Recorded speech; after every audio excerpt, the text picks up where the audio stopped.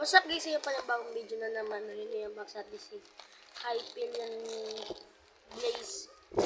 Hyperion Flame Bringer and Helios Blaze. At saka may launcher din tayo which is hindi na siya Zebra yun. MQ brand na siya. At saka stickers. Yan, mamaya natin mag-stickers pagkawas na ako. Okay, so magsisimula mga tayo para Helios Blaze Bringer. Okay, so ayan. Siya, tignan natin kung gano'n yung gimmick niya. Ayun, gumana. Gumagana naman siya. Pag nilagay natin yung base.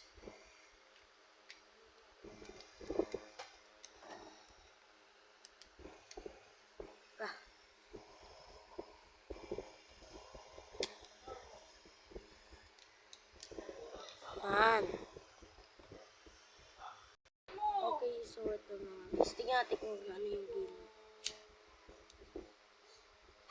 Okay, gumagana naman yung gimmick. Kaya Hyperion burn na tayo. So, buksan natin. Okay, so ito siya guys. Ayan, lagyan natin yung base. Okay, maganda siyang driver dahil maganda yung mga driver nila dahil may ano sila sa driver nila na piece of metal. Ngayon, titignan natin kung gagamitin. Gumagana. Okay, ngayon, furtado sa launcher na tayo. Yan. Ngayon, di na si brand binili ko dahil may nagrecommend sa akin na MQ dahil maganda pa daw yun. Kaya tignan natin. Okay naman. Okay naman yung MQ, clear siya. Kagaya ng binili ko yung nakaraan. Yung in-unbox ko ata yung in-unbox ko si ayan si Hyperion. Ayan si Helios. Ayan si Helios. Ngayon, titignan natin. Ilalaban natin sila. Kay Glide Drag naman. Si Ray Driver. Pero mami ako na yun namin. Kasi mo yun. Oh, shoot! Si Ray Helios.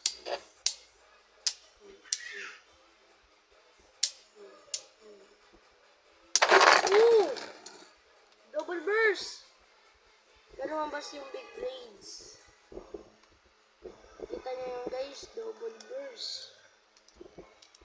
Grabe naman yun. Siguro lumabas yung blade si Hyperion, bigla na sila nag-burst ng dalawa. No?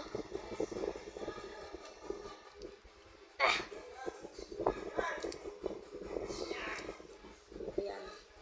So, itatry naman natin ilaban kay Helios. Tingnan natin kung gagana yung magandang gimmick niya.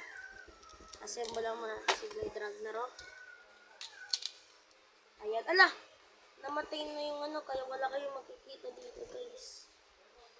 Pero tatry ko kung may makikita. Ala! May nakikita pa ba din kayo?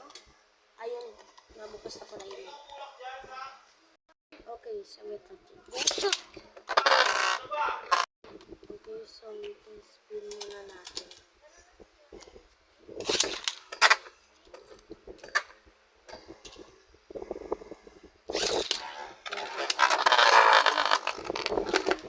Wala. Hindi umano, hindi. Wait lang, i-test pinalit natin. Wait lang sa yung camera ko.